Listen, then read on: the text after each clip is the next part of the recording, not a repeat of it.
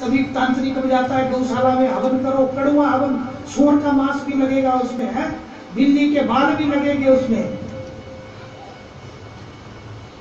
समझ गए? उसको कहते हैं भगवान से वो पापात्मा है। जो धर्मात्मा है वो देवताओं को तृप्त करता है, और जो पापात्मा है वो भूतों को तृप्त करता है, राक्षसों को तृप्त करता है, राक्षसी पूजा करता है। यहाँ तक कि कई पंडित ऐसे भी है जो लोगों को ठगते हैं, बकरे कटवा करके घर को ले जाते हैं बकरे, कहीं मांस से पूजा कर रहे हैं, कहीं मदिरा से पूजा कर रहे हैं, और फिर वो लेकर के कहीं आपको पुस्तक बता देंगे तो ये देखो यहाँ लिखा हुआ है मांस में, तांत्रिक प्रयोग करते हैं, वो धर्म नहीं, वो पाप कमाते हैं, उससे आसुरी शक्तियां बढ़ती है वो शक्ति मां की, लेकिन वो आसुरी शक्ति नाश करती है। शक्तियां सब उसी महाशक्ति की है, दैवी शक्ति और आसुरी शक्ति। और तब अब कथा में बैठे ना सीधे, कोई बात नहीं, कथा सुनने का कोई नियम नहीं। कौन सा नियम? एक ही नियम की छूट है, खड़े होके भी सुन सकते हो, बैठ के भी सुन सकते हो, लेट के भी सुन सकते हो, लेकिन शोर मचाते हुए नहीं सुन सकते, बातें करते हुए नहीं सुन सकते, इधर उधर देखते हुए नहीं सुन सकते। हाँ, इधर उधर देखो, अगर आप इतने प्रबुद्ध है, आप में इतनी ताकत है, आप में इतनी शक्ति है कि आपके कान कहीं और, आंखें कहीं और, मन कहीं और जाकर के भगवान की कथा सुनी जा रही है आपसे, तो देखते रहो, मन को दौड़ाते रहो, आंखों को दौड़ाते रहो। जरा देखना कि आंखें दौड़ा करके, क्या मन दौड़ा करके हमारी पकड़ में वो बात आ सकती है कथा की? नहीं आ सकती। और जो संयमित होकर के बैठेंगे वो तप हो रहा है। यहाँ मनोमंथन होता है, मनोमंथन को तप कहते हैं। तप किसको कहते हैं? भगवान शंकर कहते हैं, पार्वती तप किसे कहते हैं? तप का मतलब ये नहीं कि सारा दिन भूखे मरो, पानी भी नहीं पिया, आज करवा चौथ का व्रत है? बुरा मत मानना माता, ये सबके लिए है।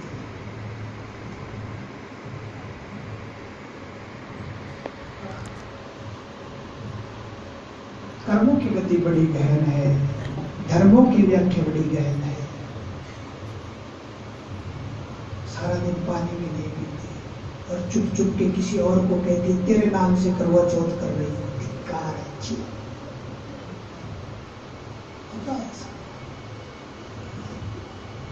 कोई आवश्यकता नहीं है। कलयुग में कथा को प्रधान कहा गया है, क्योंकि और नियम हो नहीं सकते।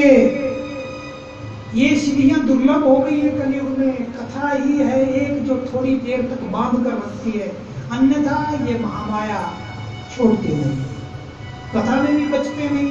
जिनकी स्थिति कमजोर होती है, जिनको जन्म जन्म के पापों में पकड़ा है, वो कथा में भी नहीं बैठ सकते ठीक तरीके से, कथा भी नहीं सुन सकते।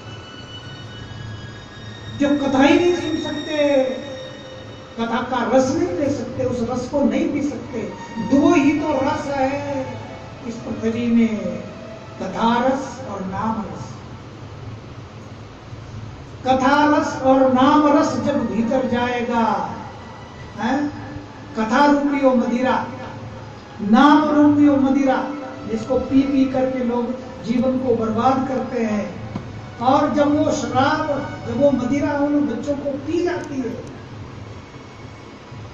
पी पी करके विनाश कर देती है, मर जाते हैं। जवान जवान बच्चे मर रहे हैं, शराब नहीं छोड़ी मर गए, नशा नहीं छोड़ा मर गए, और अपने जीवन को बर्बाद कर दिया, वो पापा हुआ है।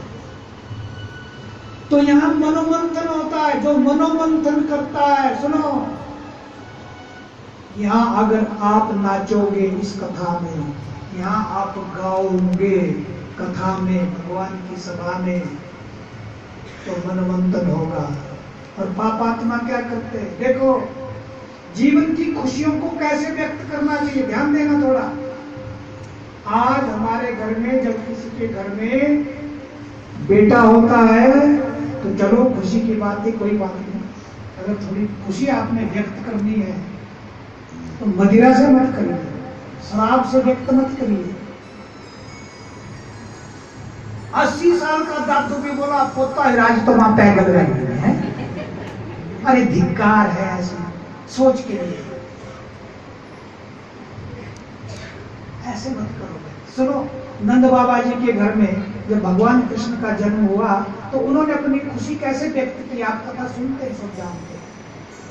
अगर अपनी खुशी को व्यक्त करना है तो दान से व्यक्त करो, भगवान की पूजा से व्यक्त करो, गरीब की सहायता करके व्यक्त करो।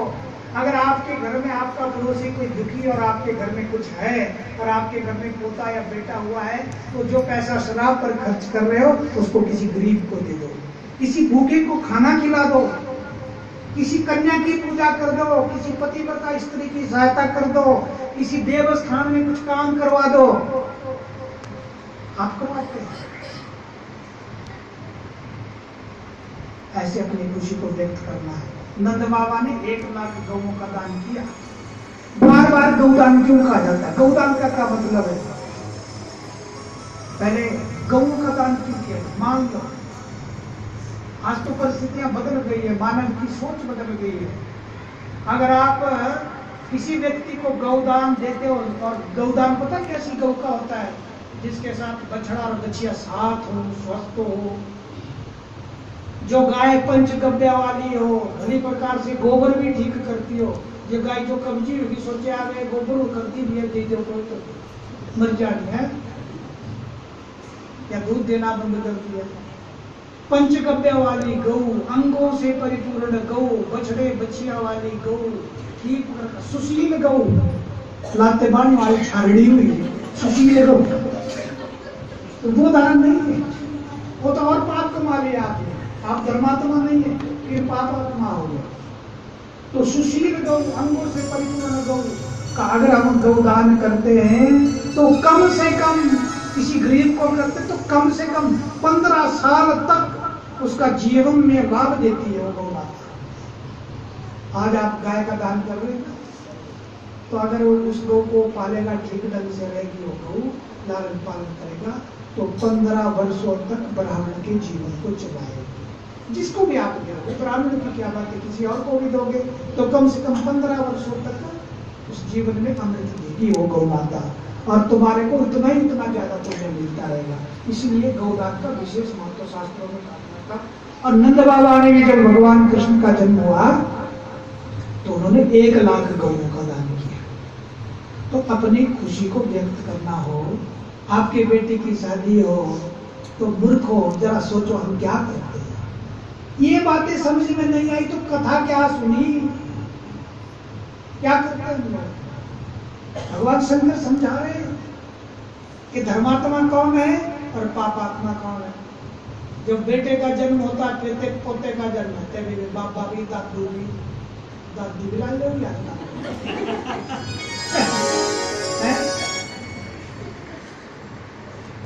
सबकी बुद्धि हरी कलियुग में, क्या राजा क्या राय, अपना अपना धर्म छोड़ के पाप की करे कमा।